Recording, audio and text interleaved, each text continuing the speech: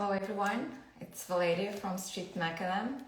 I'm going to wait a little bit longer until people join so I can start the live. Today it's with a great photographer that's already joining. So let's wait a bit more. Okay, people are joining. So I'm Valeria from Street Macadam.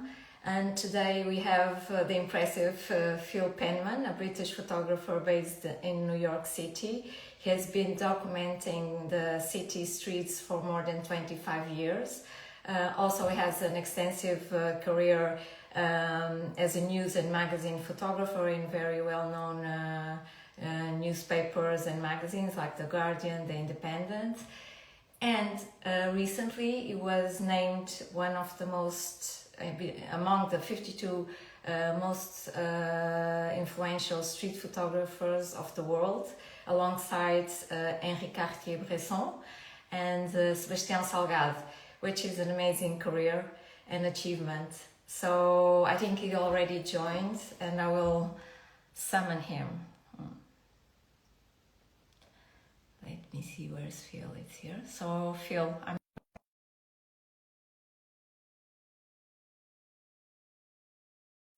hope there's no problems to join today. How you Hello. doing? I'm fine, thank you. And you? Yeah, very good. Good to see you. Likewise. Can you hear me well? I can hear you very well. Okay. I know you're coming to Lisbon end of the month, Yeah, looking and your forward to it. master class is sold out, so Yeah, impressive. if anyone wants to be on the wait list, just send me a message. Okay. Have you been to Lisbon before, or No, is it? I got invited by Enrique. He did a workshop with me in Leica, Miami, a few years ago, and he's putting this to Lisbon together. So he was the one that invited me about a year ago. So I was like, yeah, count me in, and now it's happening. It's a good city. I think you're going to like it. I've heard. So, Phil, tell us a bit about. First of all, I would like to know how was your adjustment between England and USA. I've lived in London for 7 years, and I'm curious to see how a British survives in USA, and also how this influenced in somehow your photography. And then my first question is, how did you got into photography? When did you make that decision, and why? So a Yeah, lot of so questions in the beginning. it's England. Think of it, England was a very, very different place when I lived there. When it's when I was there, London was not what it was today. Like I go to London every year now. It's beautiful. Like it's cleaned up. I guess in the mid 2000s, a lot of money poured into the city, and it changed. So when I first came to New York as a in '94 on holiday because I have family here, I fell in love with it and just said, this is much more going on than where I'm from. So that's where I'm going to end up moving to. And then spent the next 6 years of my life trying to get here. But photography was never really, that was never the first subject that I wanted to do. I'm a failed academic sports studies teacher. That was that's but I failed. I got a nice F in my A levels and I got an A in photography. So the path was kind of chosen for me. And I worked in England for a little bit. I actually tried to move over here probably like 98, 99. I was working for a real estate office in the Bronx that my aunt run, and it failed badly. Like so, I went back to England with my hat in my hand, thought that New York was over, that was it, and I was actually working. It's like you go from you're trying to achieve your dream back to living in your parents' house in Dorchester in the middle of nowhere, working as a waiter in a restaurant, thinking, shit, that's it. That's what it's going to be for me. And then got a job in Reading where I used to study as a photographer. Started working there, and then basically got met someone on a job once, and just they said, "Hey, contact my friends in Los Angeles. They got a couple of jobs going." And 2 weeks later, I'm on a plane to Los Angeles, and that was the start of my life in the US. Did you adjust well to the culture and different way of Yeah, life? I love it here. Absolutely love it here. This is what it's where I wanted to be, and it was everything that I was into anyway. So it just kind of it felt natural. I was also very fortunate in that I was sent to New York to set up the office for the company, and they paid my rent for the first year, and they paid my utility bills for the first 6 months. So there's probably no way I would be living here if it wasn't for the fact that I was working for Splash, the photo agency I was working for. Do you think at that time was easier to start a career in photography than compared to today? That you have a lot of competition, you have artificial intelligence, everything is, everyone does photography, more competition. What do you think? It's different. I think back then you had a lot more gatekeepers. Like if you wanted to get your work with a stock agency, you would have to drive to that stock agency in London, show them prints. And they would look at your prints and say, "Well, yeah, maybe we'll consider you having you part of our catalog." When I was getting into photography, the photographers that I met said, "Oh, you missed the good times." They said it's already done. And I'm like, "Oh, wow, okay, that's, doesn't really give me much hope." But we never had any of the social media that we have now. And I think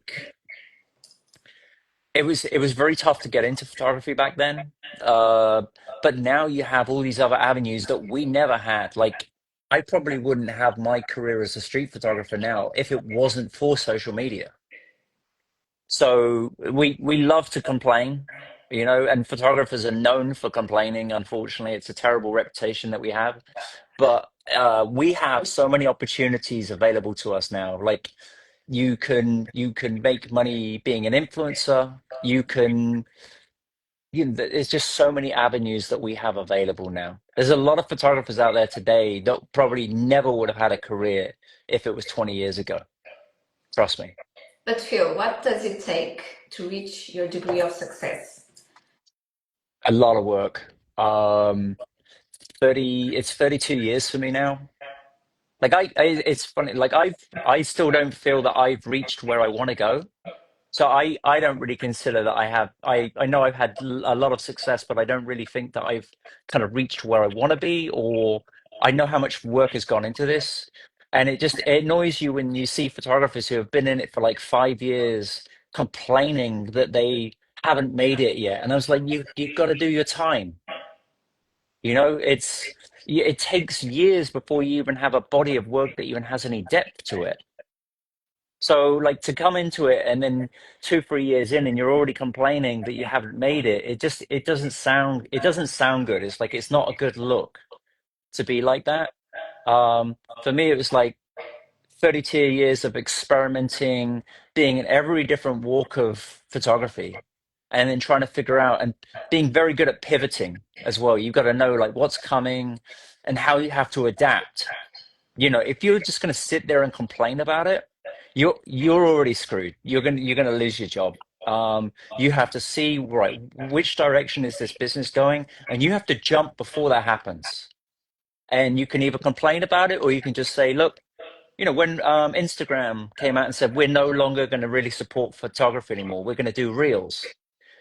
I was like, well, I could sit there and complain about it, or I could say, right, I need to figure out a way to do like I'm not going to have a video production with me all the time. So how can I make this work for me? So I just started filming the back of my camera and like showing people how I see a scene, and then that literally has just been ripped off, and now you see every single person doing that same thing. So True. and it just came from purely I have to make this work for me somehow, and I started doing it, and I think I added like 60,000 people to my Instagram account in 6 months, just based on those little clips. So you summarizing it, I think it's talent, hard work, vision, resilience, and never give up, right? Yeah, Always focus on your goals and be driven about regarding I, that. yeah, I think you have to be very goal driven. Like I used to write in a diary at the back of the book every year. I would write down the goals for the year, like where I want to be at the end of the year, and I'd come back to it. Then you got to have talent. You got to have a good eye for photography as well. Because cameras are nice, but they're not going to make you a great photographer. So you got to have a good eye. You got to be very hardworking because everybody works hard, and you've got to figure out.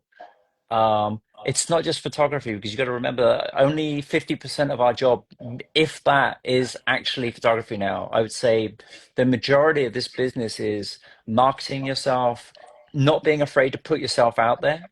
Networking. Yeah, definitely networking, but also staying true to yourself as well, like not selling out just to make a connection. You don't want to be a sellout.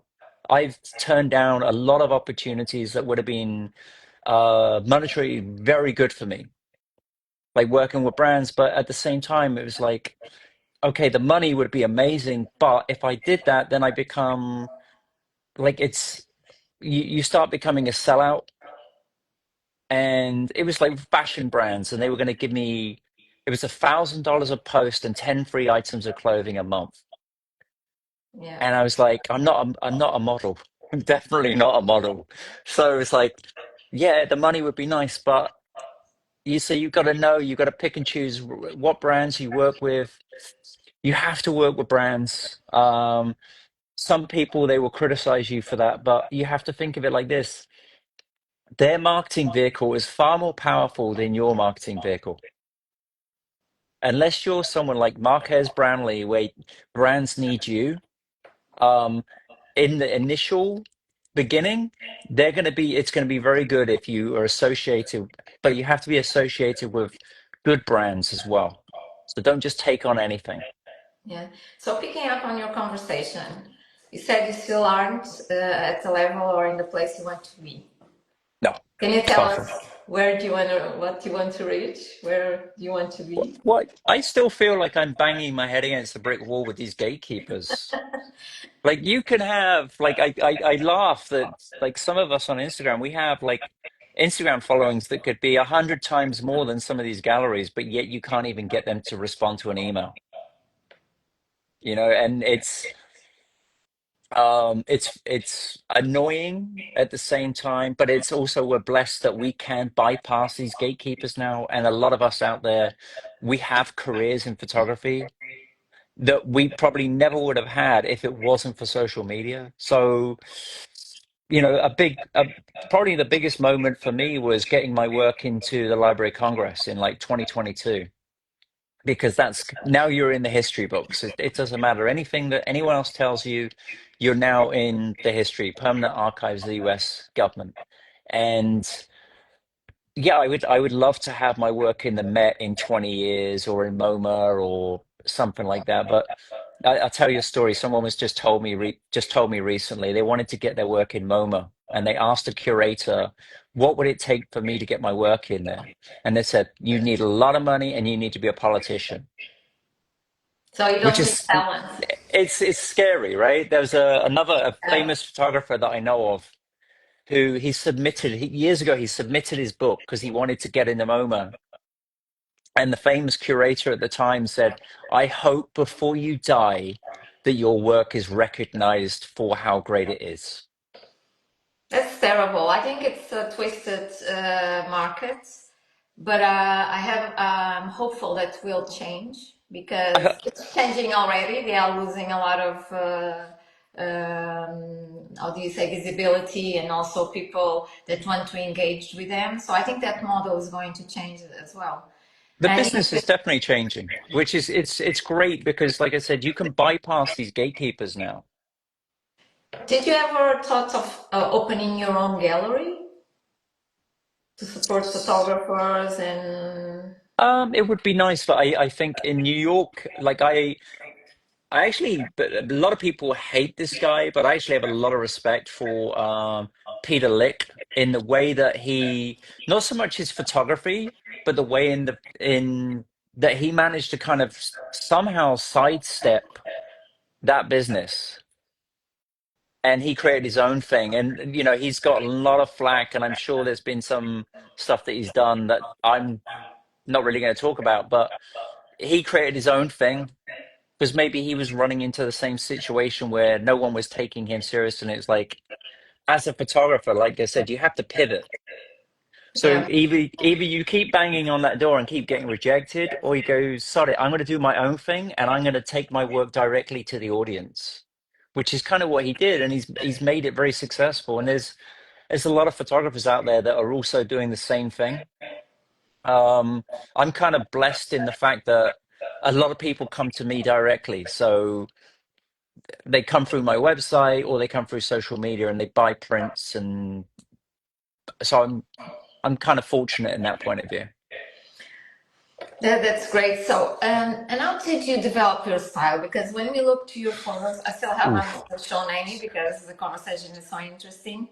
I can see you mainly, this one is not black and white, but mainly you shoot in black and white, urban cityscape. How did you develop your style and who inspired you, or where did you get your inspiration from? One of my Probably one of the first shows that I saw that really inspired me was a Sebastião Salgado show. It was at the British Oh, the Royal. Well, it's in Bath. Sorry, it's the Royal Photographic Society. I forgot how to speak then.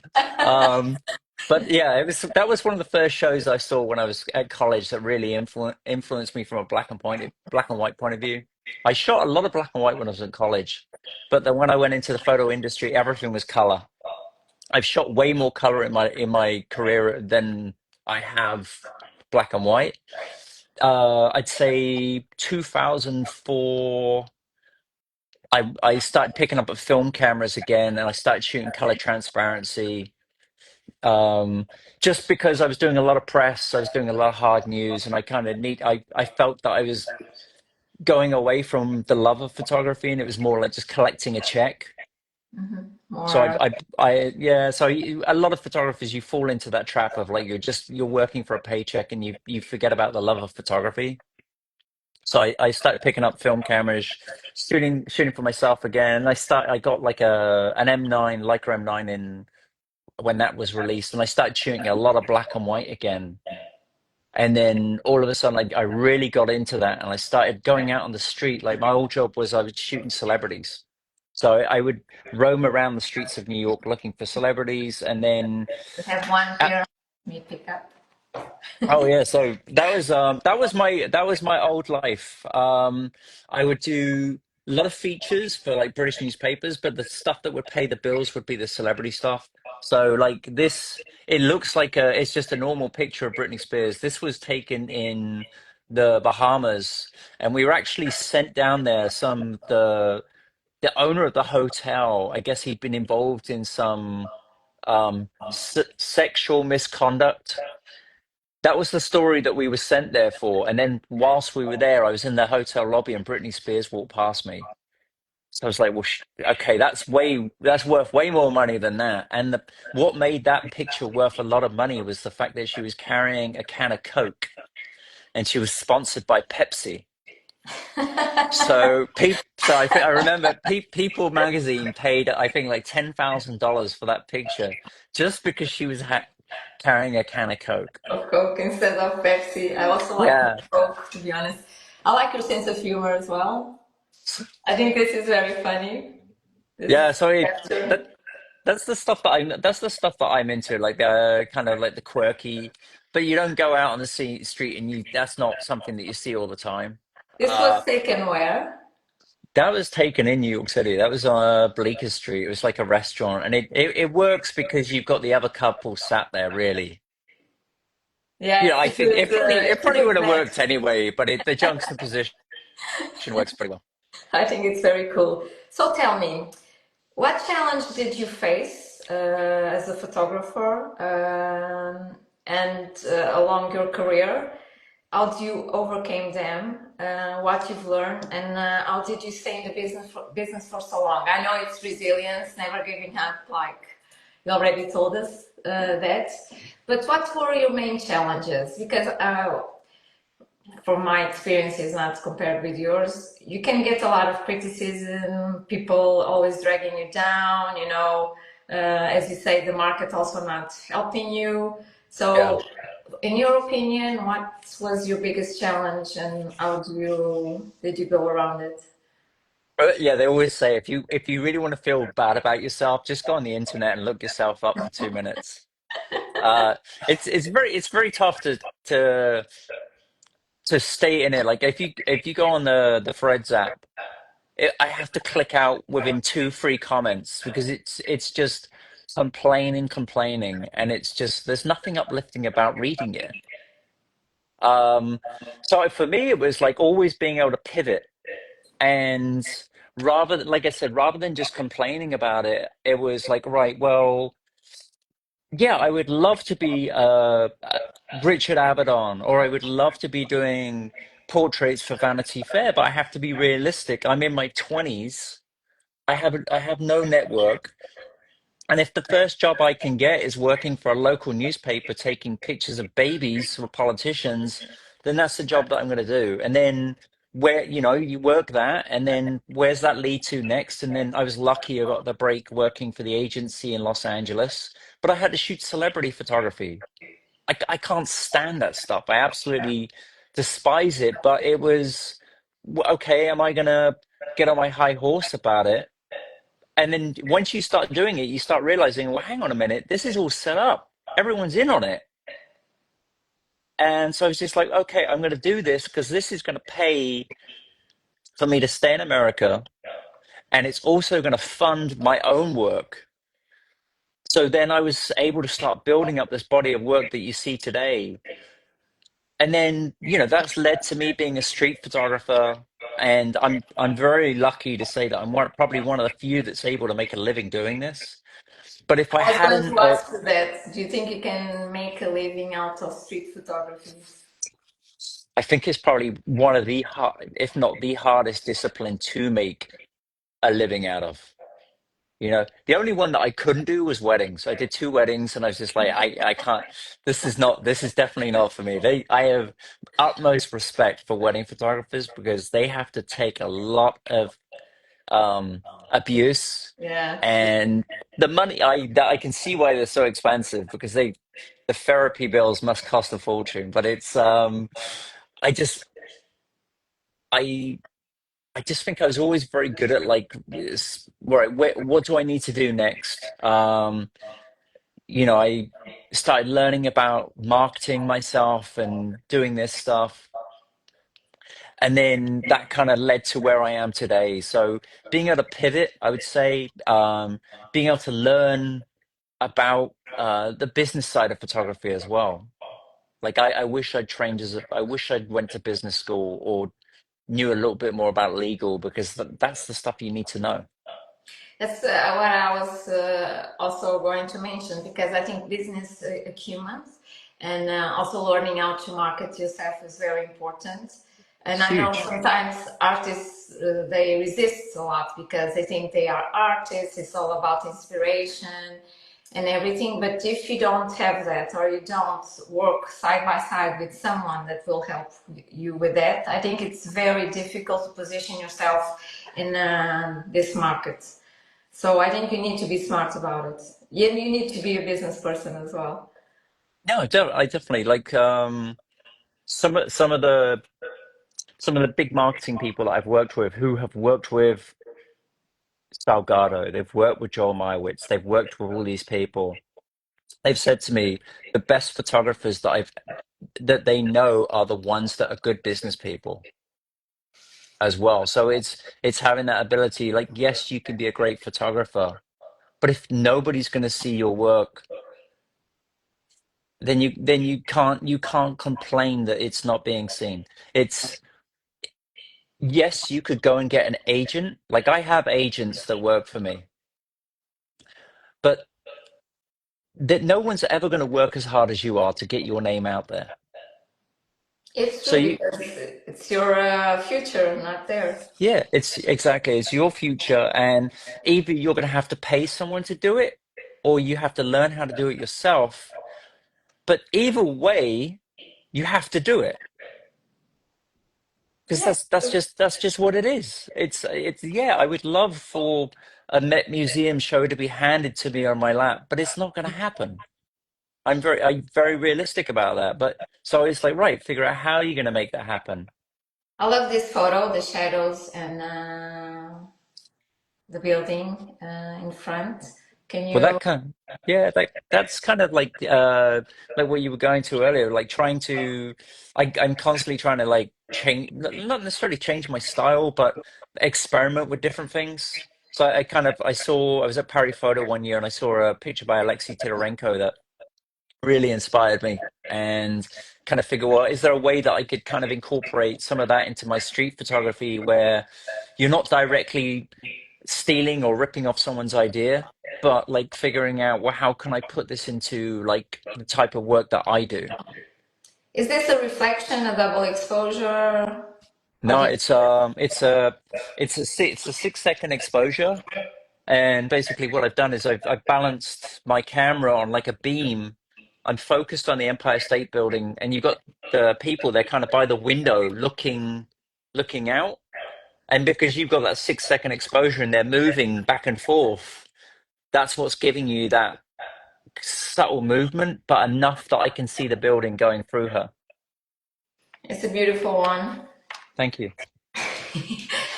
Appreciate More, it. more questions. Um, Something you've always wanted to do in photography, but haven't yet had the opportunity. I've been lucky. I've been very lucky because I achieved a lot of my goals that I already wanted to do. So you're very goal driven. I'm very goal driven. Yeah, I want my first ever goal was I wanted to be working for the independent newspaper based in New York City, and then I achieved that at the age of 22.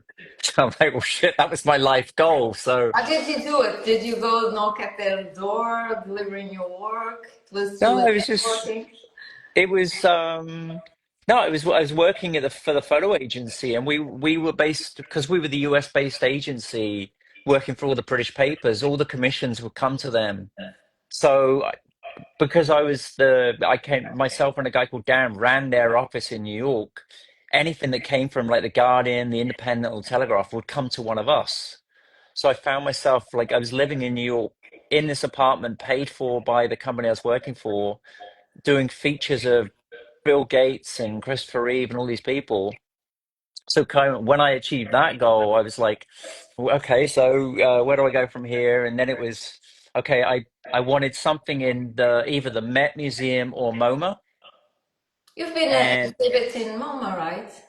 I had my book in MoMA, Okay. uh, and I found out by accident because my first book that I released in 2019, um, you'd think they'd think to tell me, right? But Right. I got the report of like where the book was being sold. And I look and I see MoMA and I'm like, you, I won't say it, but I was like, that's a huge marketing thing to say that your book is in MoMA. But secondly, it was like, it was my other goal. So it's like, I walked to MoMA straight away and I saw it in there and I was like, well, sure, okay, that's another goal achieved. So then my next goal after that was, and this is like a 20-year goal from now, is I'd love to have a show in the Met. I wanted something, the last goal actually was I wanted to have something during Paris Photo Week. Yeah, in And November. yeah, and then last year I had a full solo show outside in the Village Royale area. Hmm. So right by the Leica store there. So I kind of achieved that goal. But yeah, I would love to have some work in Paris Photo inside the Grand Palais one day. Aren't So they inviting you? That exhibition is huge. I went there 3 years yeah, ago. I wasn't able to see everything in one day. It was too much information yeah, and people. I was it's really, really tired. you've But I'm got to sure, go a few days. yeah, I'm sure you would manage to get in. One day, I'll be there. I'll be there again this year, and Okay. usually I'll go for like the 2 or 3 days. You pay the extra to get that VI, not the VIP pass, but the working professional pass. Yeah, I think it's like 150 euros, but then you can go in at 10 a.m. in the morning when no one's there. Yeah, true. And I do it that way because otherwise it's too busy otherwise.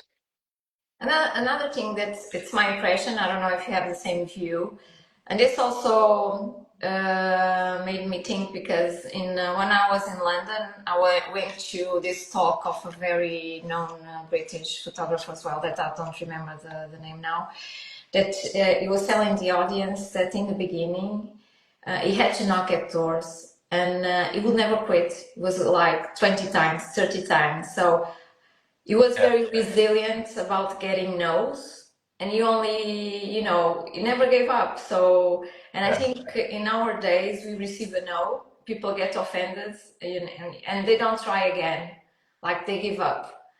Have you received We a lot of no's, and did you go again and again at the you same? The key, you go around them. You go around them. You go right around them because it might have nothing to do with the talent at all. It could be just that they don't like you. Oh, And it could be just something very personal that they just don't like you. Um, or it could be that you don't come from money as well. There's a lot of that. I hate to say it. It's like you might not come from the right family. You might not be in that inner circle. So all I've ever done is if someone gets in my way, I go right round them. And then it looks even worse for them because when the person you've gone to that's above, they take you on board, then they say, why have we not been doing something with this person before? And then they don't make that mistake again. So that's happened to me quite a few times where you're kind of like someone will be in your way trying to block you, but then I've gone to like the person at the top, and then all of a sudden they just spearhead your whole career. but Phil, do you think people that already have your position in the market, you're one of the most influential street photographers currently, do you think you have the power to be disruptive and change a bit that dynamics You and have to. new talents? Yeah, I think there are a lot of photographers out there, not just myself, that are completely disrupting the whole market, and they probably can't stand it that there are photographers out there that are like 100 times bigger than they are, where they have huge audiences, and brands come directly to them, and I'll give you some examples. When I was working for the agencies, like the photo agencies. I was your worst nightmare because if the way that I would look at it is like you would have, you're selling your pictures to different publications. The way that it used to work is you would work for your agency and say in the US. That US agency would then send the pictures to sub-agents around the world. They take 50%, then they send the money to the US agent. The US agent take 50%. By the time you get the money, it's a fraction of what the sale was. So we had this arrangement where the agency I was working for would only sell to the New York Post. So if my pictures didn't get in the New York Post, they didn't go anywhere else.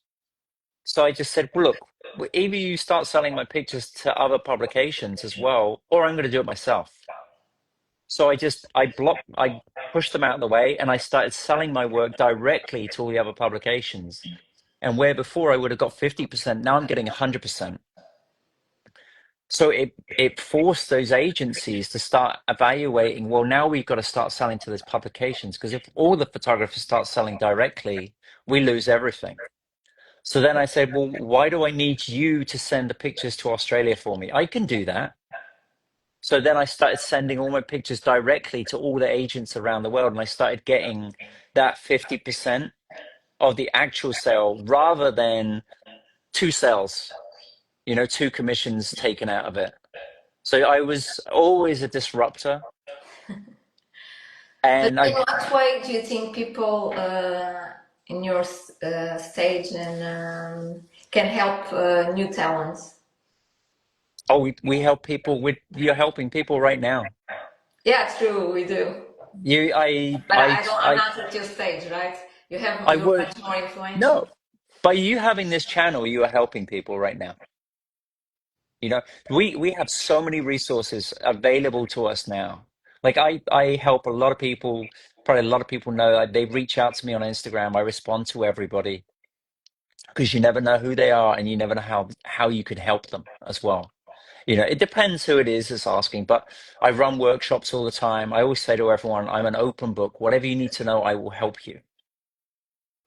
Because I've had challenges in my career where I've come up against problems, and I wish I had someone to have advised me back then on what not to do. And yeah, I think there are a lot of photographers that are they've become gatekeepers, and they feel like that they don't want to give away the secret sauce. They don't want competition. Yeah, they'll say like, send the elevator back down. There's a lot of people that me telling you something is not going to hurt my career. I believe not. I'm sure not. You So know? we've been talking a lot about business. We want to know Yeah. about your creative process. Where do you get Uh, inspired? How do you evolve I along the years? And it's I love this not photo being as well. not being afraid to experiment as well. It's shooting purely for the love of it, and not always, like we talked a lot, like you said, we talked a lot about the business side. The business side is just like, well, how can I sell this? But at the end of the day, I still have to enjoy taking the images. If I don't enjoy taking the pictures, then there are a lot of other jobs I can do and make way more money and not have the stress that I have doing this. So i- in a very lucky position where I get to go and take pictures like this and get paid for it. Do you shoot every day? Pretty much. So you always Yeah. carry the camera and you all. Oh, no. Camera's always with me. But I don't get upset that if I don't see something or if I don't feel inspired to take pictures. I I don't feel like the stress anymore of like, why am I not getting anything? Here's It's a question big. for you. Any tips Yeah. to get better at street photography from Elise Crutil? So, tips to get better at street photography. Shoot. Shoot, don't listen to it. Don't. There's a lot of BS out there about how to use the camera and YouTube videos. I spend half my time on workshops debunking YouTube videos because Yeah, people have been told to shoot a specific way. There's a whole bunch of different apertures on that camera. You're allowed to use all of them. You don't have to just use one of them, okay? So take advantage of the camera. You don't have to just stick it on f8 and shoot everything at yeah. 500th of a second. Like I heard a crazy shit once from a girl. An instructor had told her to put the camera at f16 on auto ISO and just go and shoot. And I'm like, You why shoot not just always use in your iPhone? No, I do everything manually. manually. Sorry. Yeah. Every everything's manual because I need to be in control of the camera rather than the camera telling me what the picture's going to be. So that's why I do it like that. And everyone that I teach, I try to explain to them the basics of the camera first. Like how does the camera work? Because you'll see it. You'll put a picture on Instagram, say, and then people will say to you, "What were the settings?" And then as soon as they say that, you know that they have no clue about the camera. True, because otherwise It's it would know. it's it's a giveaway because it means that they assume that there is a setting that's going to get them those pictures. The settings are different for every single scenario that you ever see. So it's teaching people like the basics of how to use a camera. Go. When I was learning at school, it was like, all right, this week we're going to learn side lighting, contrast lighting. Go and shoot a series of pictures just with side lighting. Or it could be learning the aperture. Go and shoot the same scene at 1.4 and then shoot right through to f16 and see the different effects that it gives you. Just small things like that. And if you go learn that, practice those things, and also try other disciplines. Go try fashion photography, portrait photography, and then take the nuggets from those and bring them into your street photography because you'll learn a lot from doing other disciplines that you won't learn if you're just listening to the shoot everything at f8 thing. I think what you said is very interesting because I hear a lot of photographers saying that a good photographer doesn't need to know the technique. He's just an artist. He was born an artist and he has inspiration from heaven or nowhere, which you need inspiration. But it always confuses me because if you don't know the technique, how can you actually support your creative process and do things that you imagine and see if you don't know how to do it, right? Because that's a tool. And every artist in the world, even painters, they were very rough in learning the technique. So I'm Yeah. always amazed when I see a photographer saying, "Oh, you're a technician. You're not an artist," because artists they don't need to know technique. But I always Maybe that's confused. their marketing though. That could be their marketing because it's you need to be able to know what is going on with the camera. It's a tool. You need to learn the tool. Okay, but you still have to have the eye for a picture. And there are a lot of photographers out there that are very uh, gear driven, and they can tell you everything about the sensor and all the rest of it and what's going to get, but they might not have an eye for a picture. They could be technically amazing. Like I'm not like the mass technical photographer, but um, I'm more interested in like what can this tool get me? Yeah. You know, if you said to a plumber, just go out with a hammer and just start smashing shit, and that's going to fix your house. It's not going to, is it? Right? No. And the same as if you tell someone to go put your camera on f16 and just go shoot f16, you'll be the worst portrait photographer in the world, Yeah. True. right? So yes, you need to know technique, but then go to the museums, go look at all the art, go watch film, go watch cinema. Yeah, true.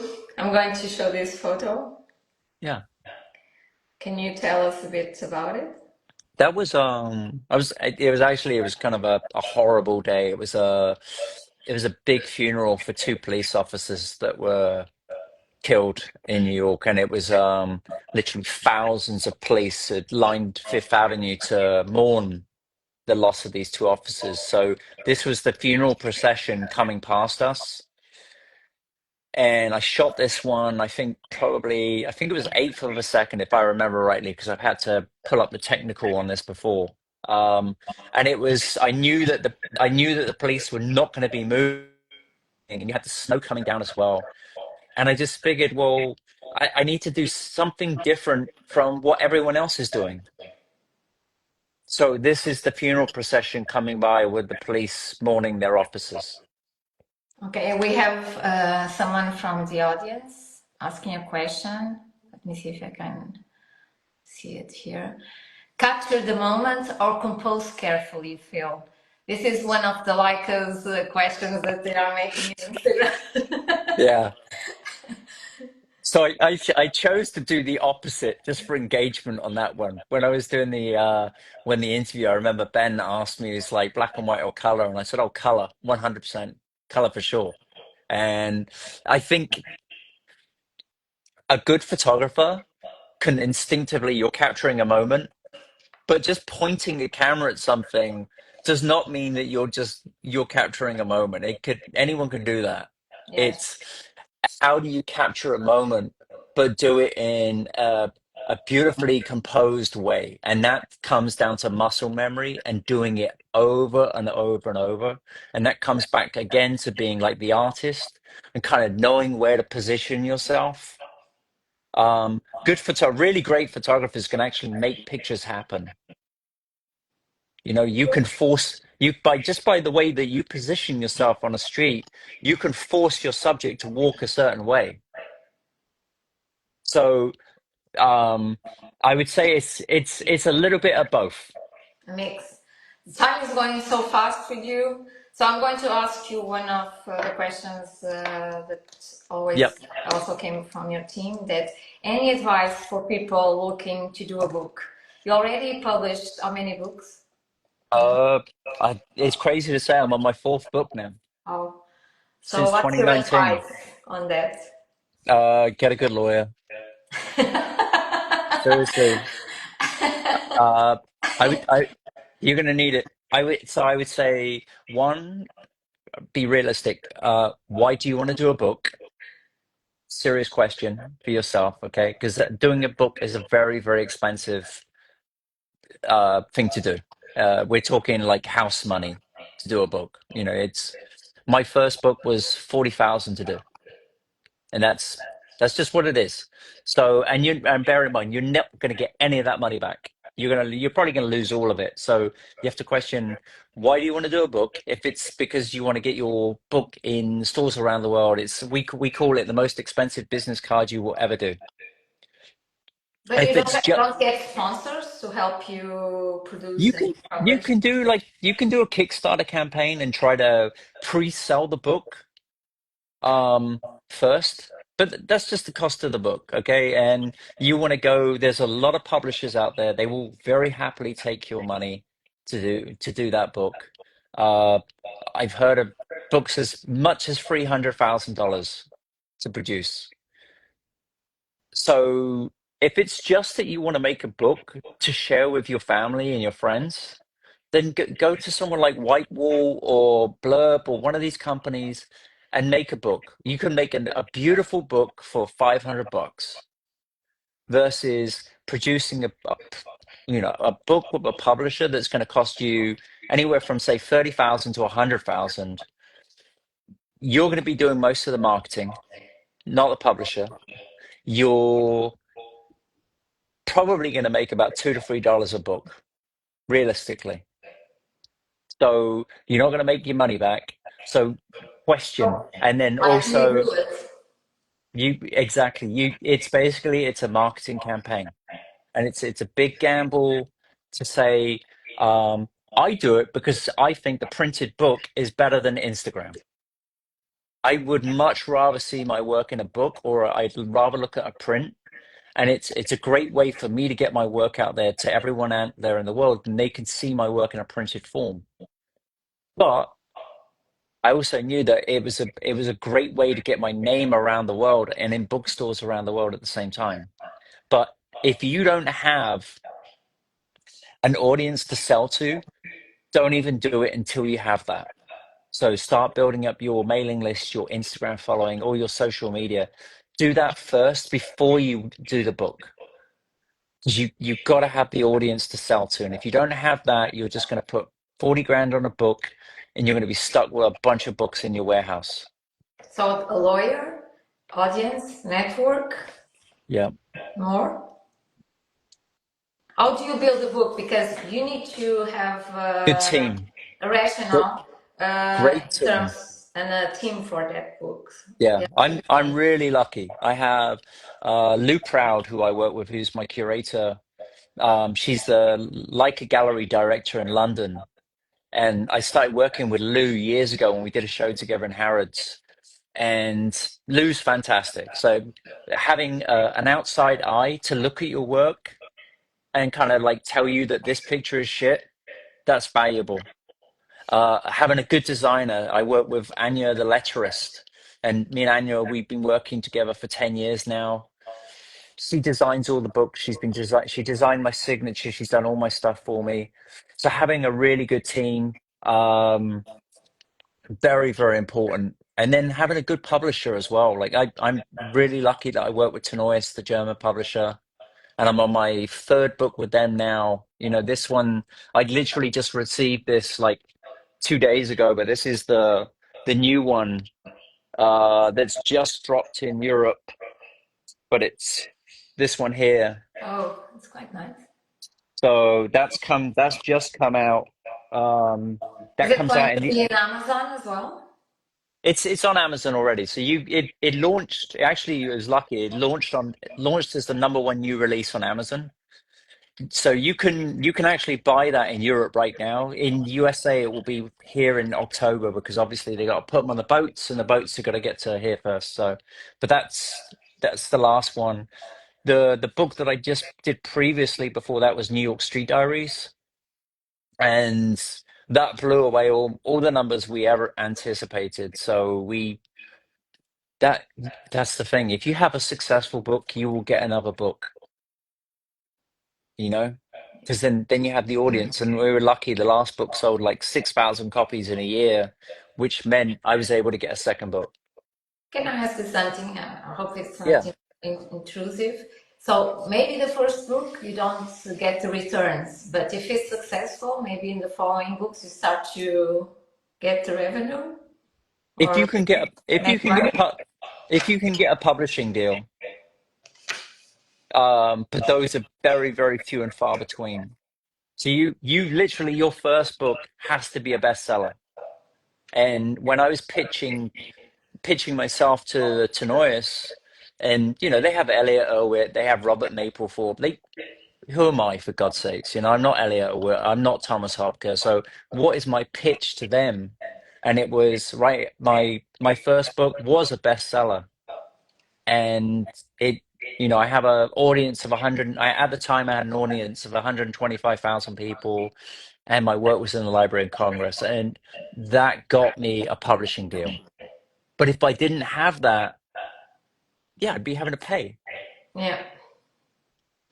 But I Okay. got burnt. I got burnt badly on the first one. You've learned the lesson, I guess. Yeah, and that's what I'm trying to teach. I'm trying to help you guys out there so that you don't get burnt the same way that I got burnt. I don't want any of you to go through the hell that I went through. Yeah. Uh, Thank you for the insights, especially for your audience. So my last question, because time is running, Yeah, is what are your thoughts on the future of photography in light of the rise of artificial intelligence? I always like to do that. yeah. And see the different perspectives of photographers. Many think it's like unfair competition and threat to photography, and I would like to know your view. Not really. It's not really photography, though, is it? No, It's. I always find it funny when people kind of associate it with photography, but it's actually not photography. It's digital art. It's like when people do photo manipulation on their pictures. You've taken away the photography thing, and you kind of become a digital curator. And I had to do it for commercial where we're taking 10 images and we're putting them together, and it's not a photograph. It's at that point. With AI, I'm bored of it already, to be honest with you. Like there's you got to remember it's a buzzword. It's nothing new about AI. It's 70 years old. It's just in the last few years that it's really started to like hit home. I think from a commercial standpoint, yeah, it's going to hurt a lot of people because you're going to see, who's going to need to do packaging photography anymore when the computer's going to do it for you. I think, though, a lot of marketing companies are already selling be authentic, be real again, it's very interesting that people have already rebelled against AI before it's even got started. Like, apparently, tuition at art schools has gone up drastically, which is very encouraging because it means that people want to produce real things. I just think I can see kind of why it's going to be useful in like maybe in your phone or something. Um, but I don't really consider it photography. I, ju- I was asked about this a while ago, and I think it's going to come for a lot of jobs, I and think it's it's a being pivot. misused because one thing is photography and AI, they could use that support to create something new and not copy something that already exists, right? But we have What? photographers doing that already. We have photographers that out there that are literally copying your work. They're going to the same places and shooting the same picture that you're doing. Yeah, there are photographers out there that like just copy my work. And then someone could say, "Hey, you copied such and such or whatever," but they will take the same pictures as you. So that's already been happening, and that's been happening for decades. There's nothing new about that. But the AI portion of it, I think there are way scarier things with the AI that I'm more worried about than this. But it's going to come for it's going to definitely take away a lot of jobs in. So you kind of you got to figure out, well, how am I going to pivot again? I think there's going to be a yeah, okay, if everyone's going AI, then there is going to be a niche at the top where people want real. And you're already seeing it with like auction houses where photography, the pictures from the past are selling for a lot more money now as well. So I think there will become a market, more of a market for people wanting real, authentic, human-made products. Yeah, I think you're right, actually. So our hour is ending. What message do you like would you like to leave to your audience and in terms of photography? Go out there and enjoy it. Just enjoy taking pictures. Do it for the love of it. It's for a lot of you out there, this is not your career, okay? Don't try to make it stressful. Your jobs are stressful enough. Enjoy this. Okay, we're very blessed that we can do this, and we have a beautiful world out there to take pictures of. So don't just sit in front of your computer creating something. Go out there and enjoy that beautiful world that we live in. So you're coming to Lisbon and you're going to have a masterclass. Are you going to do any kind of other events? How many days are you staying? I'll be there. I'm going to be doing a masterclass 2 days before the festival. So I'll be there doing the masterclass, and then I will be at the festival. So if you're in Lisbon, you're in Portugal or whatever, or if you're in Europe, come to the festival, Lisbon Photo Festival. There's a lot of great photographers are going to be there. A lot of good panel talks are going to be going on. Go check out their work. Go check out the festival. I've already seen a lot of great photography is going to be exhibited there. And I hope the Portuguese people treat you well and you I'm enjoy the sh city. I'm sure I will. Phil, thank you very much for accepting our invite and to take an hour to be here. I think it's very inspiring, and I'm sure It's been a people pleasure.